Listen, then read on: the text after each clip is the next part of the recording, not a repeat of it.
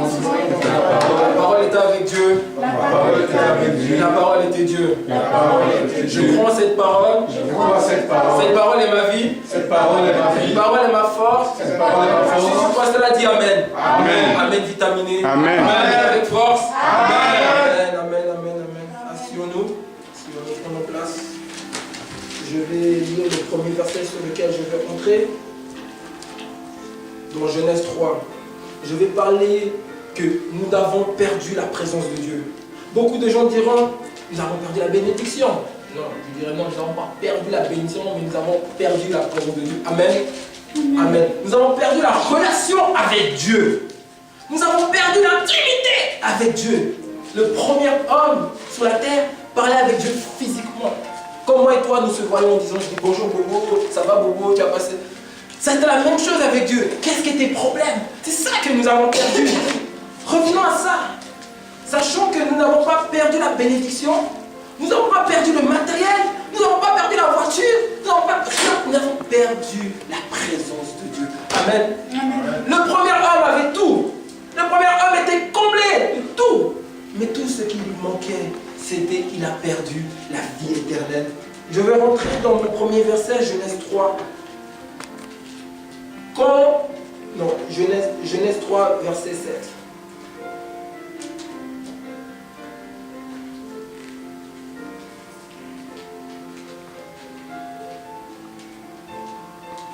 Amen.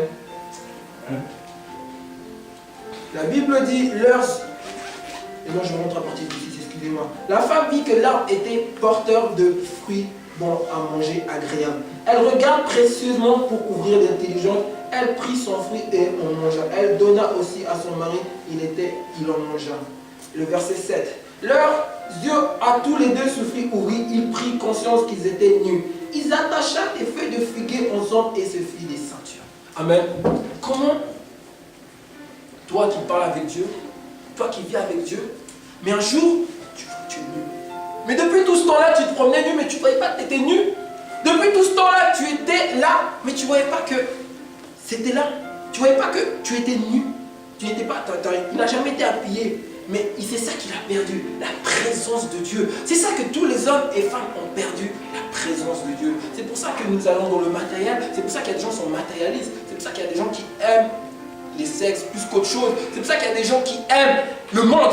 C'est parce qu'ils ont perdu la présence de Dieu. Quand tu perds la présence de Dieu, tu as un vide à l'intérieur. Beaucoup d'hommes en disent qu'ils ont été accomplis. Ils ont fait des grandes choses. Ils ont des maisons, ils ont des voitures. Mais ils ne se sentent pas heureux. À la fin de leur vie, ils disent, mais il manque quelque chose. C'est cette présence-là. C'est la raison pour laquelle beaucoup vont dans la prostitution. C'est parce qu'ils n'ont pas cette présence. Cette présence a été perdue dans le jardin d'Éden quand Adam a compris qu'il était nu. Amen. Amen. C'est la raison pour laquelle beaucoup rentrent dans la religion. Parce qu'ils n'ont pas cette présence. Moi je te dis, le christianisme c'est pas la religion. Ça n'a rien à voir avec une religion. C'est une présence avec un Dieu. C'est une relation avec ton Père. Il n'y a aucune religion qui t'amène ça.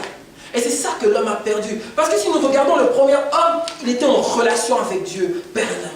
Dieu venait lui demander, ça va, qu'est-ce que tu fais? Comment on se porte tes projets? Aujourd'hui, nous devons attendre qu'un prophète descende. Parce que Dieu il utilise les hommes. Mais avant, c'était Dieu lui-même, dans toute sa gloire, qui venait te voir dans le jardin et parler avec toi. C'est ça que nous avons perdu.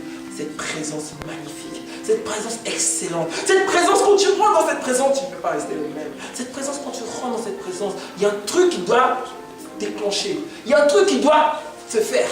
Parce que, celui qui rentre dans la présence de Dieu reste le même, c'est qu'il n'a pas encore rencontré ce Dieu-là. Parce que si tu rencontres ce Dieu-là, il n'avait pas envie d'autre chose. Tu as vu, Adam, il demandait sa présence. Il demandait de parler à son Dieu. Il n'a jamais demandé le matériel. Il avait tout en abondance. Il avait tout. Si aujourd'hui Adam, il avait tout, il ne manquait rien. Le matériel était là. Mais nous sommes attachés au matériel parce que nous n'avons pas la présence de Dieu. Parce que nous cherchons fort cette présence dans la religion. Parce que nous voulons faire comme Adam, se cacher avec des feuilles de figuier. Mais ce n'est pas les feuilles de figuier qu'il nous faut. C'est cette présence que nous avons perdue. C'est cette présence que nous avons besoin. Et c'est cette présence qui doit revenir dans nos vies. Parce que si nous cherchons le matériel ne nous comblera jamais. Si nous cherchons les maisons ne nous combleront jamais. Si nous cherchons, mais si tu cherches la présence de Dieu, il y a des gens, même s'ils ne mangent pas, mais il est rentré dans la présence de Dieu. Il est heureux. Tu vois son visage rempli de joie. Moïse, quand il est descendu, il était heureux. Quand Moïse est descendu de la montagne, il a rencontré le Seigneur. Il parlait avec Dieu. il est descendu d'en bas. Oh, mais on croyait qu'on lui avait donné, nous aussi on serait heureux, c'est parce qu'on nous a donné 1 million. Mais non, il a rencontré l'Éternel. Il a rencontré, il parlait face à face. Une belle relation, un beau partage. C'est la raison pour laquelle, quand Moïse et Aaron, on parlait mal contre son serviteur, tu as dit, mais moi je me présente à vous par des songes. Mais lui, je le parle face à face. Face à face. C'est ça que Dieu, c'est ça que nous avons besoin. Je vais continuer mon verset. Amen. Allons dans Genèse 3, verset. Restons dans Genèse 3, verset.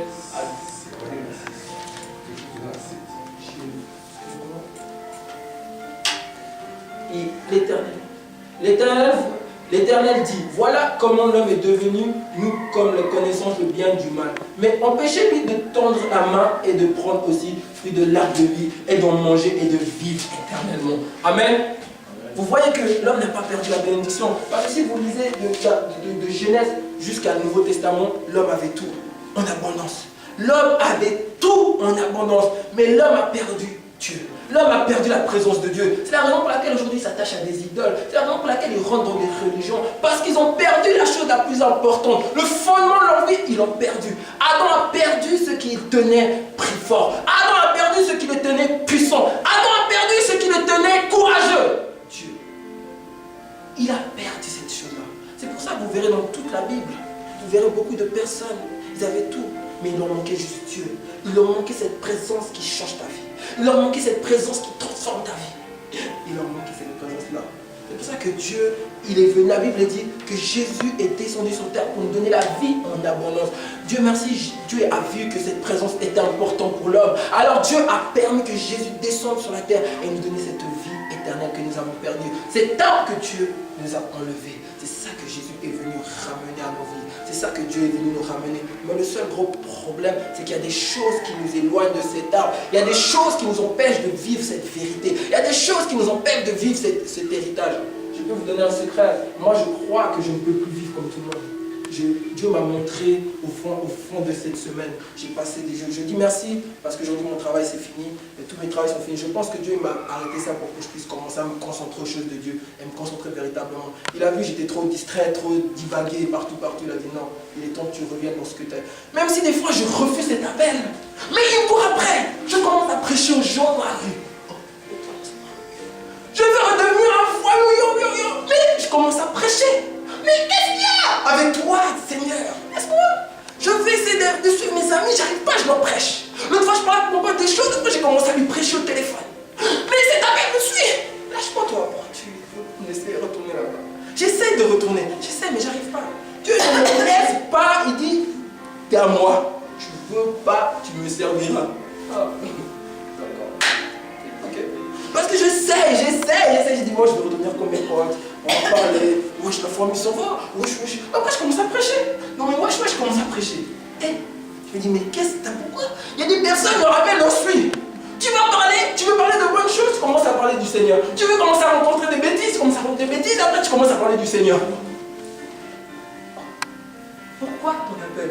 Je ne sais pas. Il y a des personnes, Dieu, il les a pris en réserve, il les a gardés, il les a protégés. Tu veux tout ce que tu feras. Tu peux me dire tout ce que tu veux. Oh, moi je ne vais pas être appelé. Ah, moi je ne sais pas. Dieu t'a. Il s'en fout de tous tes mots-là. Parce que quand tu parles, tu prêches aux gens. Alors, tu es déjà appelé? Tu vois, tu essaies de parler des choses, des bêtises, on dirait que les gens, tu rentres dans la prédication. J'essaie de parler avec mon ami, on parlait. Bah, j'ai commencé à lui prêcher la parole. Il me dit, mais arrête! On a commencé dans les bêtises, les gens m'ont rentré dans la parole. J'ai dit, oh, mais c'est appel, monsieur. J'ai compris que moi, Dieu ne veut pas. Il dit, non, ces choses-là, c'est plus pour toi. Cette vie-là n'est pas pour toi. Arrête! Cette vie n'est pas pour toi.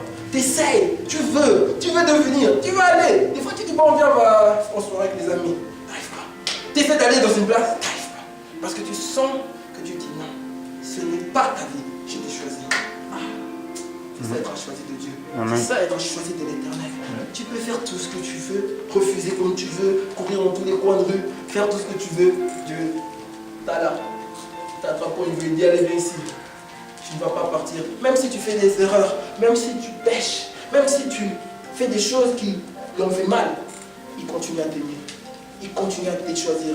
Il continue à te fortifier. Des fois, je me dis, mais des fois, même quand je fais des bêtises, je me dis, mais Seigneur, pourquoi hier tu ne m'as pas fait quoi? Je je me réveille plus. Non, tu vois qu'il t'aime encore. Il te donne encore cette chance. Il te donne encore cette chance de venir dans sa présence. Mais quel honneur! Quel honneur! À l'époque, l'Ancien Testament, les gens pour venir dans la présence de Dieu devaient passer par des hommes. Les gens devaient passer par des hommes. Ça veut dire que c'était des hommes qui avaient cette chance. Il y avait des hommes qui étaient particulièrement, je ne sais pas, je peux donner, il y avait des personnes qui avaient cette chance d'aller dans le lieu très saint, là où Dieu. Mais la Bible nous dit que quand Jésus est venu, il a déchiré le voile. Ça veut dire que tout le monde maintenant a la probabilité d'aller vers son Dieu. Tout le monde peut aller devant son Dieu. Tout le monde peut entrer dans sa présence, même avec tes péchés, même avec tes problèmes. Tu rentres dans sa présence et ta vie ne peut que changer. Parce qu'il t'aime. Des fois, je me dis, mais pourquoi Dieu, tu ne nous as pas tués avec toutes les bêtises qu'on fait? Pourquoi tu ne nous as pas fait? Il dit, je vous aime. Si Dieu réfléchissait comme nous, on ne prêcherait pas. Si Dieu réfléchissait comme nous, on serait plus vivants. Mais Dieu ne réfléchit pas comme nous, il nous a aimés. Oh my God. C'est ça que nous avons perdu. C'est cette présence qui nous change. Vous savez, même quand on est rentré dans ce lieu, je ne sais pas si vous avez senti. C'est pour ça que c'est lui qui l'a été chamboulé. Parce qu'il y avait la présence. Oh, quand la présence vient, il n'y a pas besoin qu'on soit 150 000, il n'y a pas besoin qu'on soit nombreux. Mais vous allez voir, tout le monde va commencer à... Parce que cette présence est là. Tu as juste envie de rester là. Tu dis, mais fermez-moi porte ici.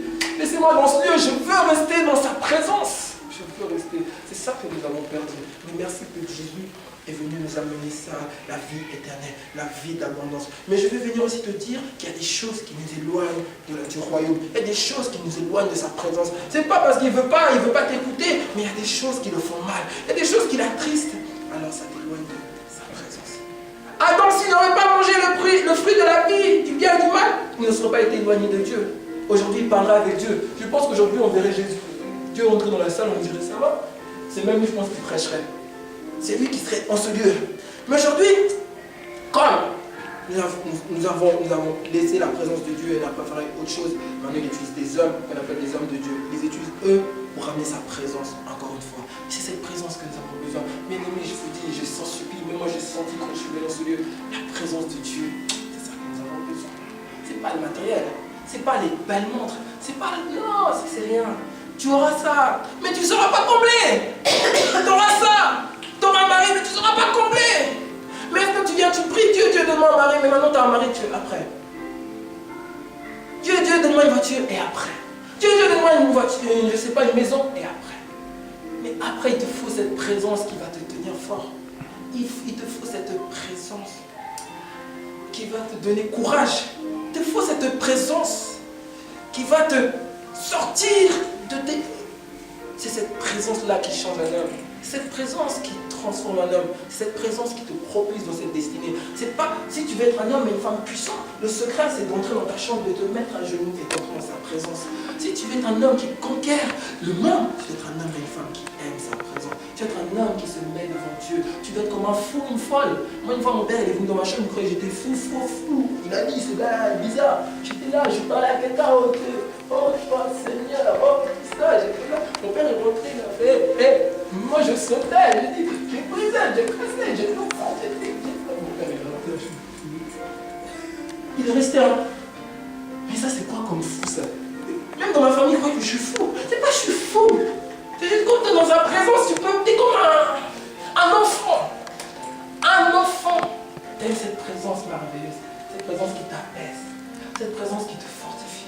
Toi qui étais découragé, toi qui pleurais, mais cette présence est là pour te fortifier. Cette présence que nous avons besoin, cette présence que Dieu est venu, Jésus est venu nous amener. C'est pas le bien matériel. Il vous dit toujours, allez courir dans les biens matériels. C'est bien courir, mais vous verrez que la présence de Dieu vous sera utile. Elle vous sera plus importante que le mari. Je ne dis pas il ne faut pas te marier. Non, je n'ai pas dit ça. Je ne dis pas il ne faut pas avoir de biens matériels. Je n'ai pas dit ça. Mais je dis cours après la présence de Dieu. Cours après ces choses-là. Cours après ces choses-là. Puis il me dit cherchez premièrement le royaume et sa justice. Et toutes ces... Oh my God! La Bible appelle ça des choses. Elle n'appelle pas ça des...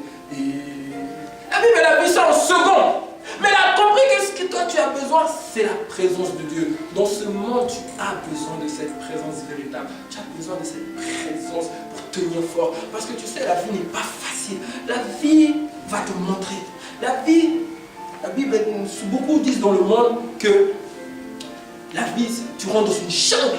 Quand tu rentres dans une chambre où tu ne comprends plus rien et la vie n'est pas facile. Mais ce qui va tenir fort, c'est la présence. C'est ce qui va tenir puissant, c'est la présence. Avant que Adam, elle retrouve Adam, elle a retrouvé où? Dans la présence de Dieu. Elle est venue s'accommoder dans la présence de Dieu. Elle a vu un homme qui est dans la présence de Dieu. Elle a vu cet homme-là qui aime son Dieu. Comment tu peux aimer autre chose si tu es dans la présence de Dieu? Tu vas rentrer, tu vas te dépêcher d'entrer chez toi, entrer et te mettre à genoux. Seigneur, comment je suis heureux d'être avec toi. C'est une chose que tu vas désirer plus que toute chose. C'est une chose que tu vas chercher plus que toute chose. Une chose que tu... Moi-même, quand je viens dans ce lieu, je me dis, wow, quand je suis venu, je suis rentré. J'ai parlé. Des fois, je me dis, mais laissez-moi tranquille avec ces histoires. Tu vois, tout le monde, même aujourd'hui, j'ai vu même mon pote, il commence à me combattre. Ceux qui ont commencé avec moi, le ministère, ils commencent à me combattre. Ma famille, c'est d'eux-mêmes. Je suis là, je regarde. Cette année, j'ai passé des temps difficiles. Mais souvent, je suis quand même sincère, même si je fais des erreurs, même si je suis distrait, mais ce que j'ai appris, c'est m'agenouiller. La Bible dit que rentre dans le lieu secret. Rentre dans ton lieu secret. M'agenouiller et dire, Seigneur, regarde ce que j'ai fait. C'est vrai, j'ai fait une chose qui n'est pas honorée. Je reconnais. Mais Seigneur, manifeste-toi. Tu vois que même si tu as fait une erreur, si tu es sincère, Dieu vient. Même si tu as fait une bêtise, Dieu, il est sincère, tu viens. Il aime la sincérité. David est un homme que Dieu a toujours visité parce qu'il est un homme sincère. La Bible nous dit bien que David a couché avec la femme de son serviteur. Sa femme de son serviteur. Comment tu peux dire Dieu, comment tu peux encore utiliser un tel homme? Nous sommes des hommes, on dirait, mais comment Dieu tu peux encore utiliser un tel homme? Mais David était tellement sincère devant son Dieu. David a dit, c'est vrai, je l'ai fait. C'est vrai que je suis faible. Mais Dieu, aie pitié de moi. Aie pitié de moi, j'ai besoin de ta présence. Je ne suis vide sans toi. C'est la raison pour laquelle elle a dit, ne me retire pas ton esprit. Ne m'enlève pas cet esprit. Ne m'enlève pas ta présence. C'est tout ce que tu dois demander. Désirez jamais être retiré de la présence de Dieu. Désirez jamais sortir de la présence de Dieu. Si tu peux, on dit souvent, on m'a toujours dit, le poisson a besoin de l'eau, mais là, les enfants de Dieu ont besoin de la prière, de la présence de Dieu. Si tu veux être un homme et une femme forte, c'est la présence de Dieu qui te fortifiera. Si tu veux être un homme, une femme et un homme fort, c'est la présence de Dieu qui t'encouragera, qui va te faire aller de l'avant, qui va te faire voir la vie autrement, qui va te faire, même si les gens te combattent, même si les gens disent ça, même si les gens disent ça, mais la présence de Dieu va te faire aller. Tu seras comme une personne qui va, c'est comme quelqu'un qui va sur un tapis là, les tapis là où vous marchez à l'aéroport, là, les tapis là, les escalators. Tu seras une personne qui sera sur un escalator. Tu vas même aller au-dessus de tes ennemis. Pourquoi? Parce qu'eux, ils ne comprendront pas. Des fois, les gens disent, mais comment ce serviteur réussit? Il n'est pas fort. Ce n'est pas qu'il est fort, c'est qu'il a compris la présence de Dieu. Si tu veux être fort ou forte, la présence de Dieu. Parce que nous l'avons perdu. Adam et Ève étaient devenus des hommes et des femmes ordinaires. Parce qu'ils ont perdu la présence de Dieu. La chose la plus importante. Mais le bien maintenant est toujours là. La Bible nous dit bien, Abraham a été béni. Tous ces hommes ont été bénis. David a été béni. Tous ces hommes avaient tout. Mais ce qui manquait à beaucoup d'hommes, c'était la présence de Dieu. Tout ce qui manquait à beaucoup d'hommes, c'est cette présence-là qui te fortifie. Cette présence-là qui t'encourage. Cette présence-là qui est venue rencontrer les barreaux de la prison à Paul. Qui a dit aux barreaux, bah, et puis Paul il est sorti. À cause de la présence de Dieu, t'avais plus que changer. À cause de la présence de Dieu, ceux qui disaient le mal de toi, t'avais plus changer. C'est la présence de Dieu qui va te donner à nouveau, comment je peux dire ça, comme un espèce de trampoline. Tu vas aller de l'avant. C'est la présence de Dieu qui va te faire aller de l'avant. C'est la présence de Dieu qui va... Si je pense, si Adam était l'homme, comme il dominait, comme il faisait la différence, comment tu peux expliquer qu'un lion, Adam est assis à côté d'un lion, et le lion ne veut pas le mordre? Mais comment tu peux expliquer qu'Adam est assis à côté d'un lion, un lion le respecte? Comment tu peux expliquer que des animaux dangereux, violents l'écoutaient? Le pitbull l'écoutait. Parce qu'il avait la présence de Dieu. Ils ont vu Dieu en lui. Ils ont vu que quand ils sortaient de cette présence magnifique, cette présence merveilleuse, cette présence qui change ta vie, cette présence qui transforme ta vie, cette présence vraiment qui t'amène à un autre niveau, cette présence qui t'amènera à un autre niveau, cette présence qui va là où tu n'arrives plus, c'est là où c'est cette présence-là qui va te permettre de faire la différence. C'est ça que nous avons, c'est ça que les hommes et les femmes ont perdu. Mais Dieu merci, Jésus est venu, il a dit, je suis venu afin que vous ayez la vie en abondance, la vie éternelle. Je suis venu pour vous apporter cette vie. Mais maintenant, beaucoup ne la vivront pas, cette vie, l'héritage que nous avons, que Jésus est venu nous amener, c'est parce que nous avons laissé ouvert des portes à certaines choses. Rentrons dans Galates 5, Galates 5.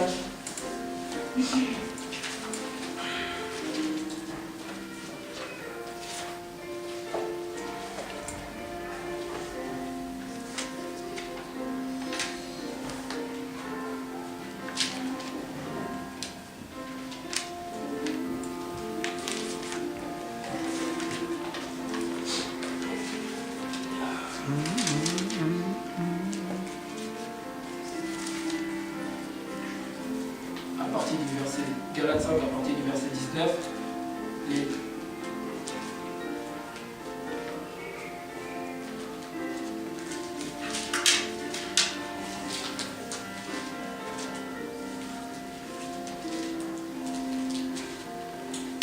si on trouve, on dit Amen.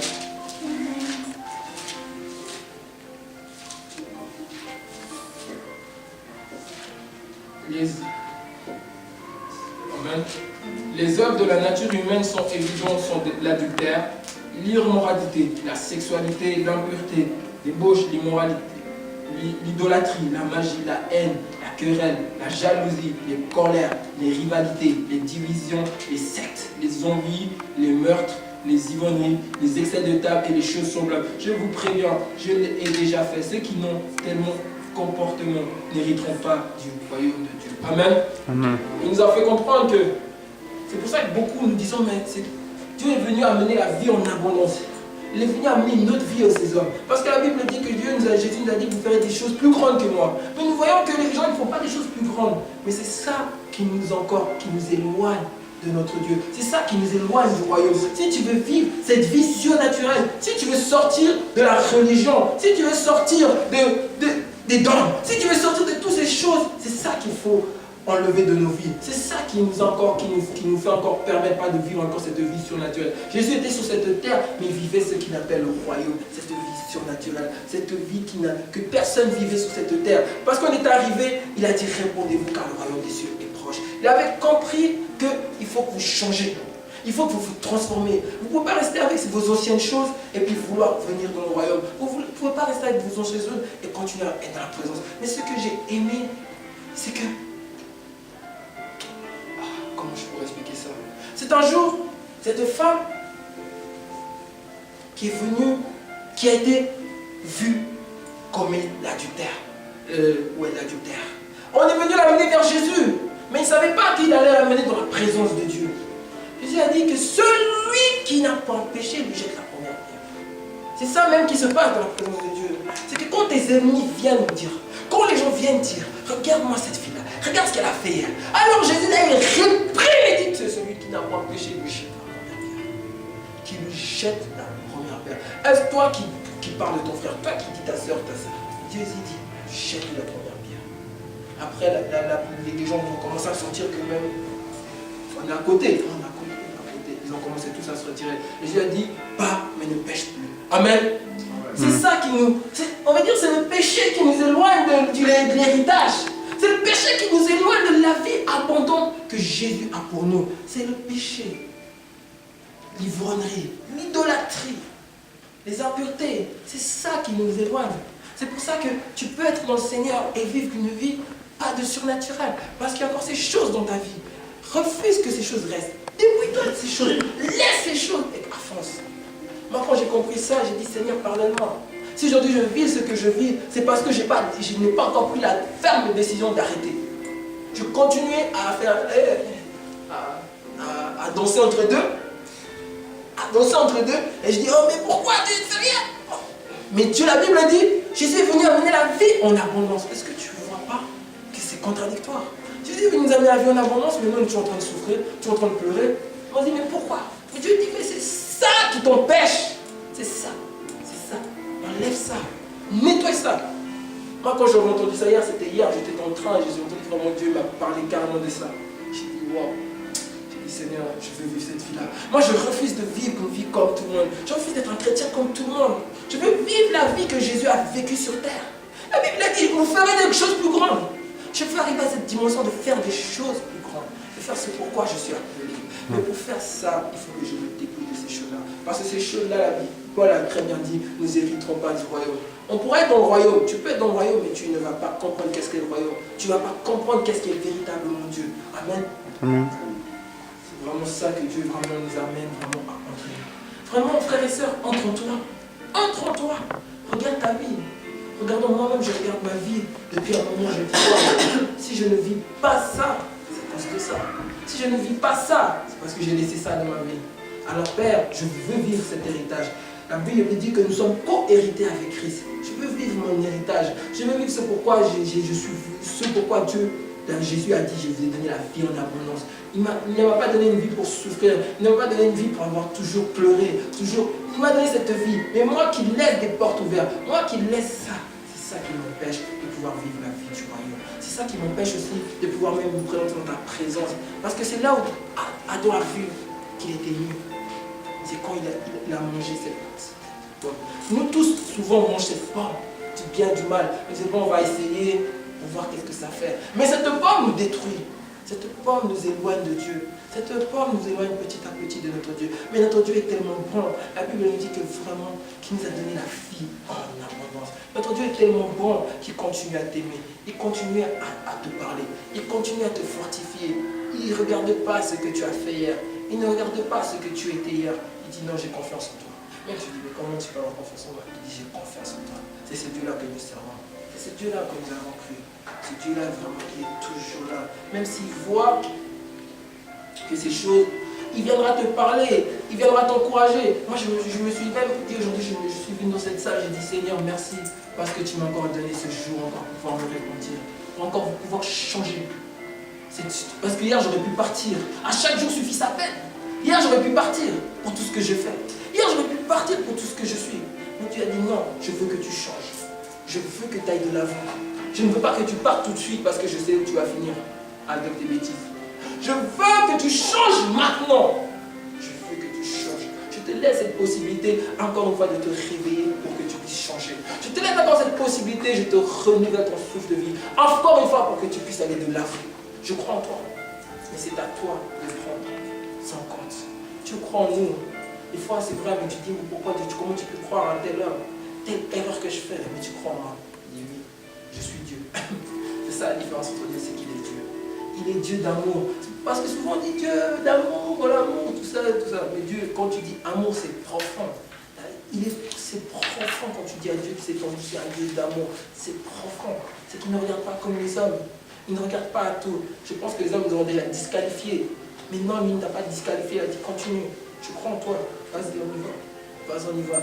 Change ce monde. Laisse ça si tu veux vivre ma vie sur terre. Sinon, tu resteras ici. Tu resteras dans le royaume et tu ne comprendras jamais qu'est-ce qu'est le royaume. Tu ne comprendras jamais qu'est-ce qu'est la vie surnaturelle. Tu pourras parler même aux montagnes, mais les montagnes ne se déplaceront pas. Tu parleras aux démons, mais les démons ne t'écouteront pas. Tu parleras. C'est ça la vie du royaume. C'est que tu changes les choses même avec travers ta bouche.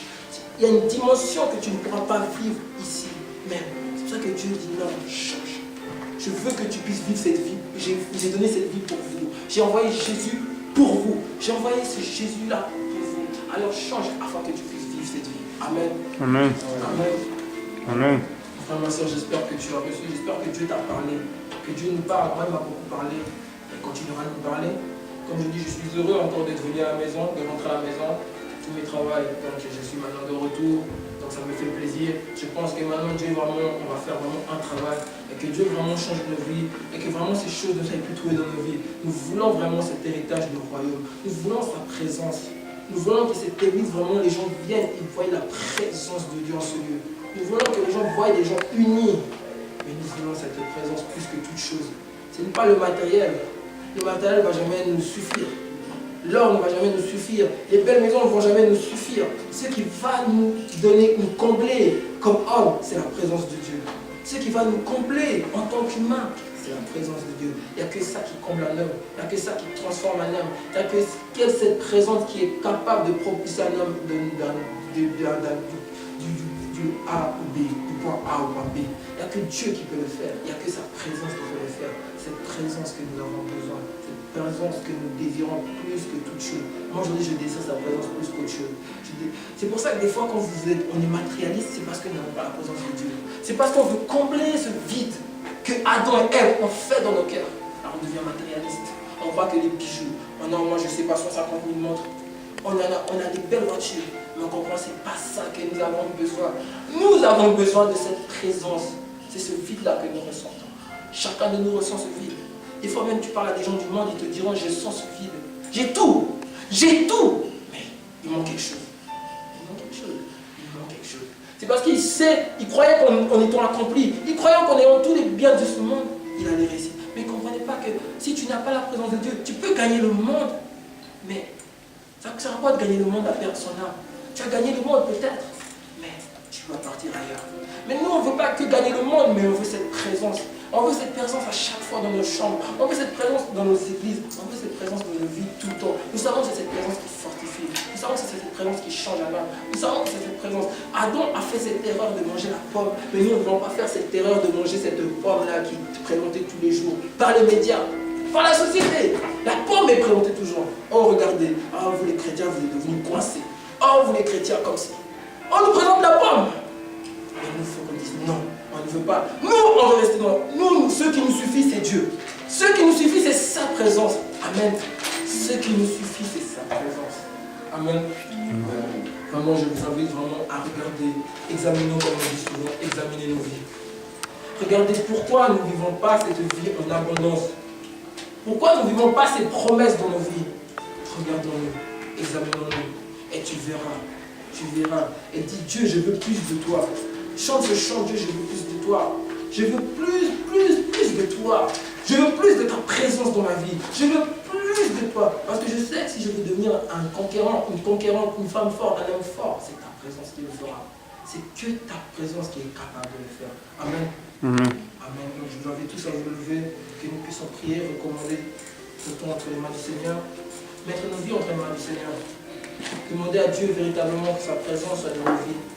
Demandez véritablement à Dieu que sa présence soit véritablement dans nos vies. Nous allons continuer dans cette atmosphère que nous avons continué au début, cette atmosphère de prière. Juste désirer sa présence, rien d'autre.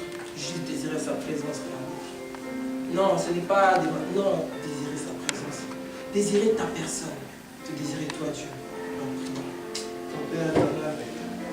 Nous te disons merci encore une fois, Seigneur. Nous te disons merci parce que tu nous utilises.